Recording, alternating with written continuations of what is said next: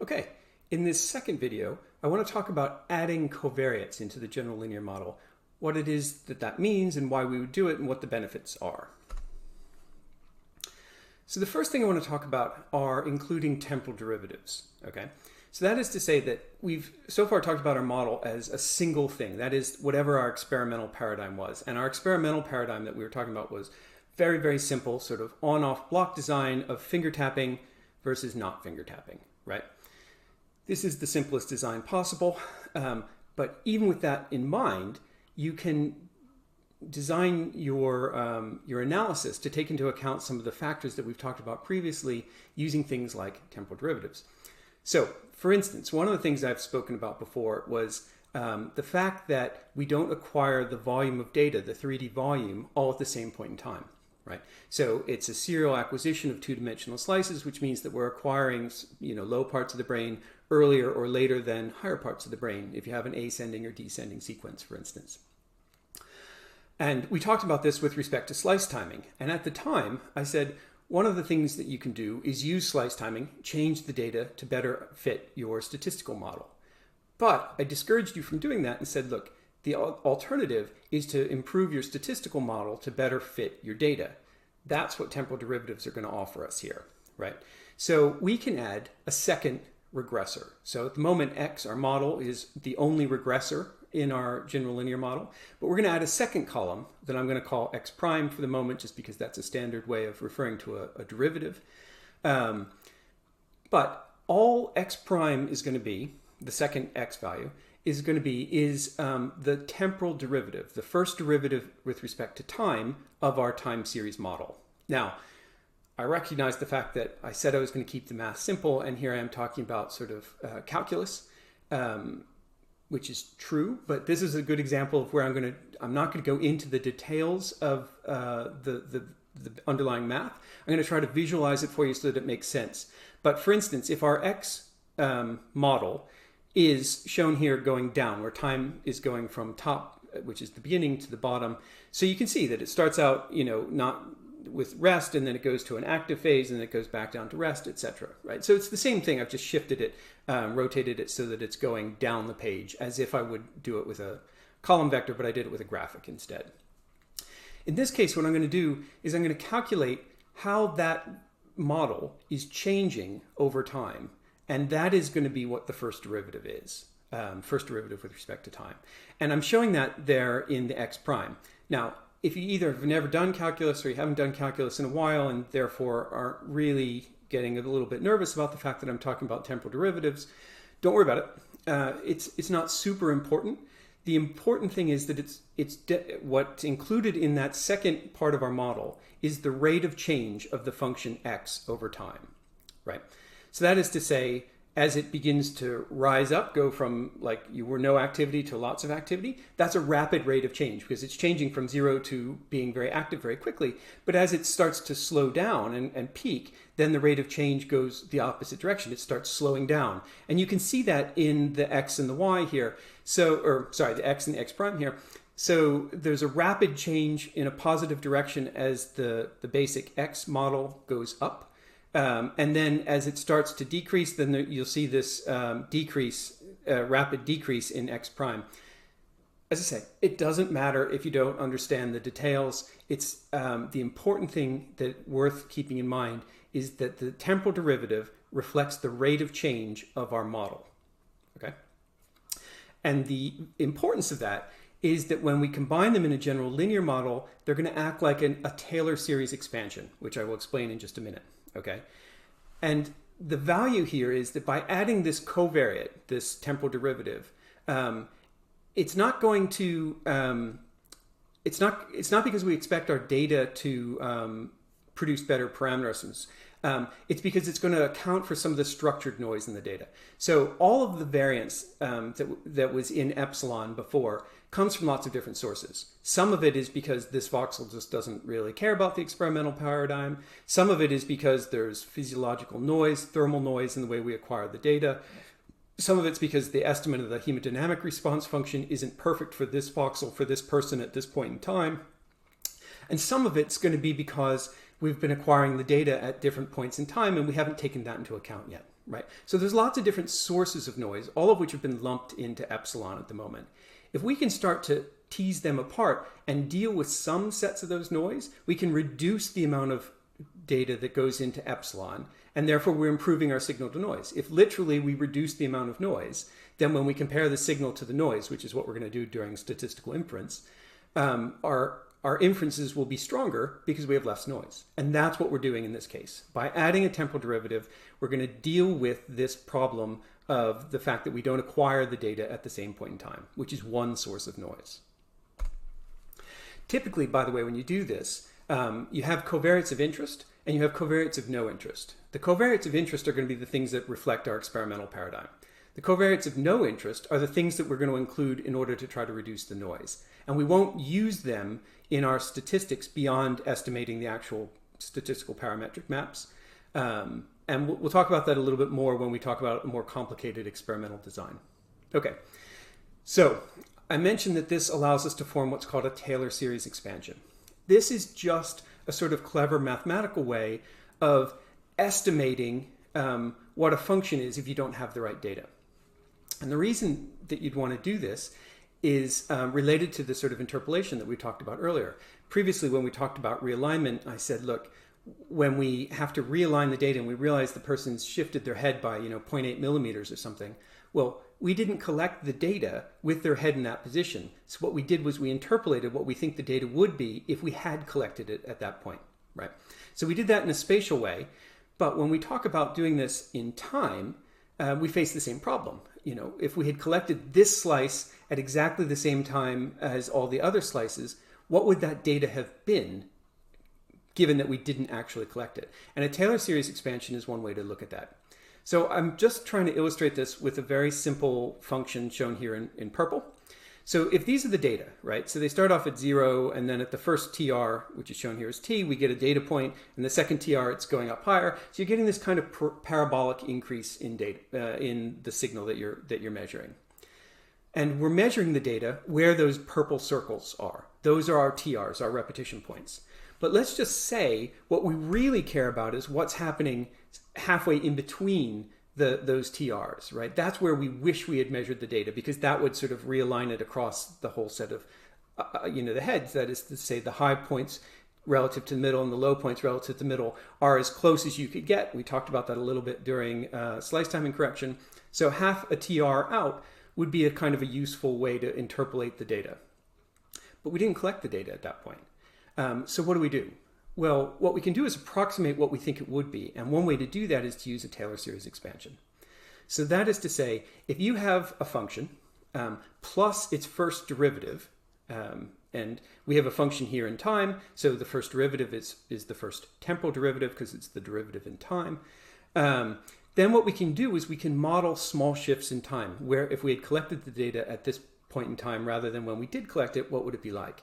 And the easy way to do that is to say, okay, well, we know what the data is at this point t, because we collected it.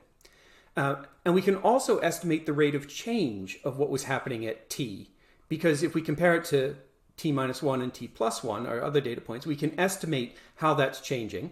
So we can get this function, which is shown here as a red dotted line, that is the rate of change. That's the temporal derivative at this point t, okay? And if we have those two pieces of information and we know how far we need to shift our time point, so we need to shift it by a little bit of a delta to, in this case, say half a TR, then we would say, okay, well, what if I move over to t plus delta, t and a half, as it were, in this case, and say, well, what would the data be if I started at t and then just moved along the line to, a delta distance? And that's what I show there is that red dot. And you can see that red dot isn't exactly on the purple function, but is really close. So it's an approximation. It's not a perfect approximation, but it's a reasonable approximation of the underlying time series. As delta gets bigger, that approximation gets worse, right? So in this case, the delta is really small. I'm measuring something that's very close to when I did collect the data. But the further and further I get away from the data point, the longer that interpolation has to occur, the less accurate this expansion is. Now, having said that, if you're acquiring data every TR seconds, let's just say every 3 seconds to make things concrete, right? then the furthest you can ever get is half a TR away, right? Because you can only be 1.5 seconds out, because if you get to 1.6 seconds, then actually you're closer to the next data point at which you're only 1.4 seconds away from, right? So the maximum interpolation that we can do in this case is half of TR. And for short TRs, 3 seconds or less, Taylor series expansions are really appropriate thing to do. The hemodynamic response function isn't changing fast enough that would cause a problem. On the other hand, for a long TR, so for instance, if you were doing a sparse sampling paradigm where you have like a 20-second TR, then including a temporal derivative is a nonsensical thing to do, because the estimates are going to be wildly inaccurate, to the extent you should just not do it. If you're doing sparse sampling, including temporal derivatives is actually the wrong thing to do when you're modeling your data. But for any more continuous sampling paradigm that we use, particularly with a reasonably short TR, something under 3 seconds, then it's a very appropriate way of modeling the fact that we can shift the time series around by about a half a TR and still fit the data fairly accurately, right? Now, how far we move it on a voxel by voxel basis, we don't really care. That's why it's a covariate of no interest. I don't care what that parameter value is, because I'm never going to really look at it. I should always be cautious when I say things like never. There are paradigms where people have thought that they can use that information to estimate certain temporal information, to try to get better temporal resolution out of fMR. And my friend and colleague in Cambridge, Matt Davis, has done some very cool work on this, as has Jenny Rod here in our department. But for the most part, the fact that you include a temporal derivative is solely done to try to reduce the amount of noise, structured noise that comes from a source that we understand in your fMR data. And as a result, we just treat that parameter estimate as a covariate of no interest. We're not going to look at it in any detail. Okay, so this is just summarizing some of the things I've said here, right? We're going to fit shifts in the function, the data that we've acquired, by up to half a TR. You can't go more than half a TR, because once you get to half a TR away from the last one, you're now getting closer to the next one. So half is the maximum distance that you can go. But for that to be sensible, the TR has to be relatively short, 3 seconds or less, which is the vast majority of fMRI studies. The main exception to that would be anything using a sparse sampling paradigm. And the effect of this is that some of the variance that was previously in our epsilon value, right, our noise value, is no longer there, because it's been modeled successfully by this temporal derivative, which means that we've reduced the structured noise, and we're going to improve our signal to noise ratio because we literally have less noise, because we understand where some of it's coming from and we've modeled it. And this replaces the need for doing a slice timing correction as pre-processing, because you don't need to change the data. All we've done is make our model a little bit more sophisticated to account for something that we know is present in the data, and voila, we didn't have to change the data themselves. In general, just as a rule, if you can get away with a better statistical model, making sure that your stats match your data is much better than changing your data to match your stats, right? Normally that's a problematic thing to do. We obviously are doing a little bit of both with fMRI analyses, but where possible, we're going to make sure that our models are more sophisticated in order to better match the data rather than vice versa. Okay. So what does this do to our design matrix, right? So in this case, we have X is becoming more complicated because we have more than one explanatory variable. So now we actually have 2 explanatory variables. X1 is our design matrix as it relates to the experimental paradigm. It's the fact that we're going up every 20 seconds, then coming down, and then going back up every 20 seconds. So it's the experimental paradigm, the block design, convolved with the hemodynamic response function. So it's a smooth function. And that's what we're expecting real activation patterns to look like. However, we've also included a second variable, x2 now, that is the temporal derivative. And that was that more complicated function that I showed you a few slides back. But that means that we're also going to have a new beta value. So now our equation, which is still a linear equation, is y equals x1 times beta 1 plus x2 times beta 2. And then the noise term, right? So we have 2 components to our model. We have the basic model of the experimental paradigm, the parameters of interest, And then in this case, we have a parameter of no interest that is the temporal derivative. Nonetheless, this is still a linear equation because these linear terms, the x times beta, are just being added together. So it's very easy to solve this equation. And as always, the residuals go into the epsilon term, the noise term. We have that main regressor and the temporal derivative. One of the innovations that the SPM software introduced, so this was Carl Friston back in the 90s, was he introduced a visualization of this x variable as what he called a design matrix.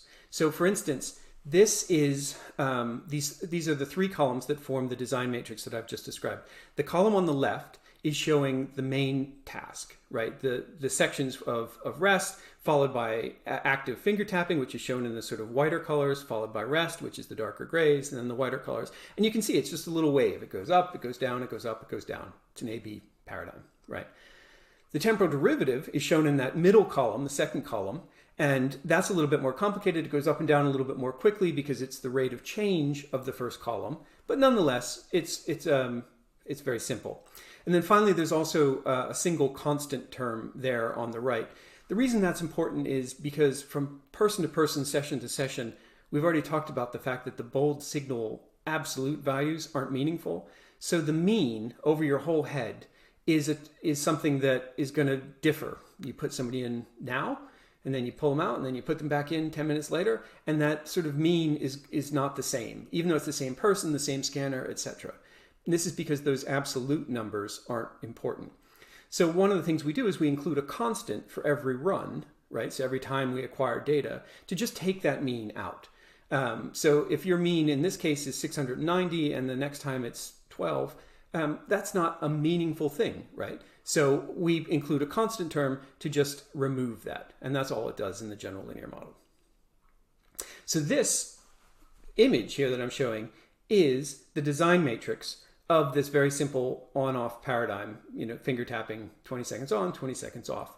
And the only reason it's as complicated as it is, the fact that it has 3 columns instead of just 2, is because we've included this temporal derivative to reduce this source of structured noise that comes from the fact that we acquire the slices of the brain at different points in time. But of course, it wouldn't ever be just that simple. There's always a little bit more. And one of the things that I talked about at some length, in previous weeks, was that realignment isn't motion correction, right? One of the things I said was that we're doing realignment because we need to make sure that the data are lined up so that we're analyzing the same thing in a meaningful way across space, but that it leaves residual effects of motion in the data. Well, knowing that, we can then include additional parameters of no interest to try to estimate the effects due to head motion. That is to say, what are the changes that we can see in the bold signal that really are due to the way the person moved their head and not due to the experimental paradigm? And what we've done in this case is we've added 6 extra parameters. So we estimated the motion parameters, and if you recall, these were translations in X, Y, and Z, and rotations in X, Y, and Z, giving us 6 parameters, the 6 degrees of freedom of a rigid body transformation. And of course, those were stored as a result of doing the realignment. We can just pop them into the model, and now we have a slightly more complicated design matrix for our simple on-off paradigm. So now we have 9 columns here, right? The leftmost column is the on-off part of the paradigm, the parameter estimate of interest that we're really concerned with, which is what's going on when people are tapping their fingers versus not tapping their fingers.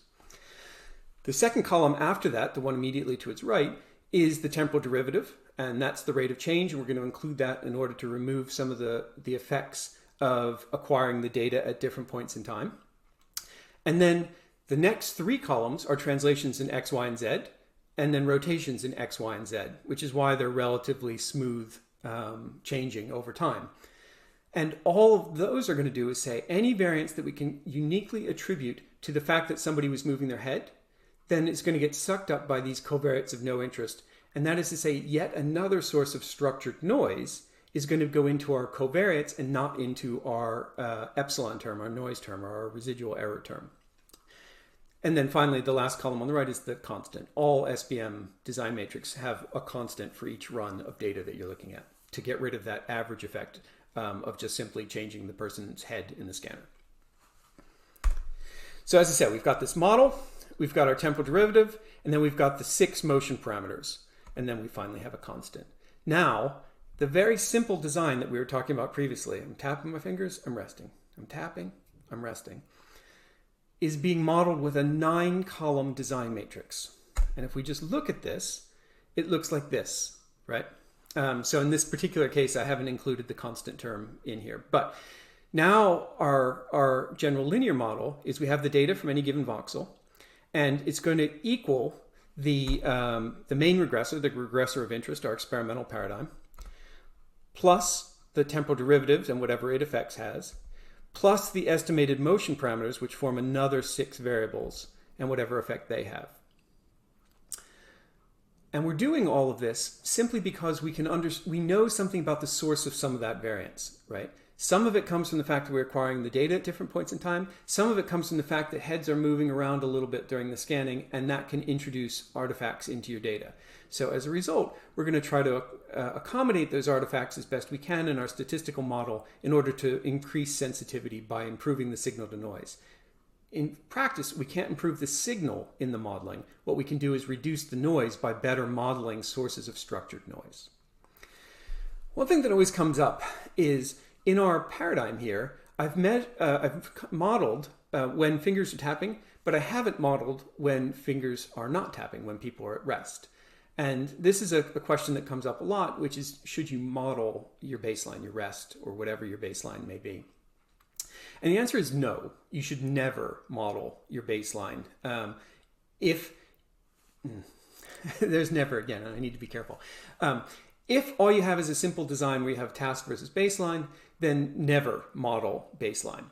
However, sometimes you can have more complicated tasks designed where you have multiple baselines, in which case the lowest of your low-level baselines should not be modeled. So for instance, if you were doing a task where you were listening to spoken sentences, and then maybe you were listening to sentences that were reversed digitally, so that sort of Eileen Cardillo task that I mentioned previously, and then there's also a rest condition, then you're going to model the forward sentences, you're going to model the backward sentences, but you're not going to model rest. There should be an implicit baseline. And the reason for that is because if you modeled the task and you model rest, which are just inverses of each other in this sort of finger tapping task, then if you add them together, you'd essentially have a constant time, right? If it's because you're either tapping or you're resting. And if you model both and add them together, then you just have a single vertical line, which is the same as the constant term that we already have. And this is something that's known as a rank deficient design matrix, right? So that is to say that if any of the columns in your design matrix can be explained entirely by the other columns in your design matrix, then you've created a problem. And I'll explain the rank deficiency a little bit more in a second. But mathematically, it means that you're ending up with a situation that has multiple solutions. There's no way to uniquely solve the problem, which means you can't uniquely estimate the parameters. And estimating the parameters is what we're trying to do. That's how we know whether there was activation and where it was in the brain. So if you have an explicit baseline that you've modeled, then you end up in this rank deficient scenario, right? And the example I just gave you is a really easy one because, of course, there's a constant value for the constant term that SBM automatically includes, and also the combination of the task and the baseline together adds to a constant term. And those two things are the same. So how would you attribute the variance to either the constant or to the combination of those other two, because they're identical to one another, right? I mean, there's just no way to do that mathematically. So let me explain that, right? So if I give you 2 points, these are the 2 data points, right? And I said, I need you to fit a curve to those 2 points. You'd say, sure, no problem. Here's a curve that goes through those 2 points. What if I then ask you, okay, but what's the right curve that goes through those 2 points? Is it that one? Is it that one? There is no right curve. There are an infinite number of solutions. If I asked you to fit a line through those 2 points, there's only one line that's going to work. But as soon as it becomes a curve, all bets are off. There's an infinite number of solutions. This is exactly what rank deficiency is saying.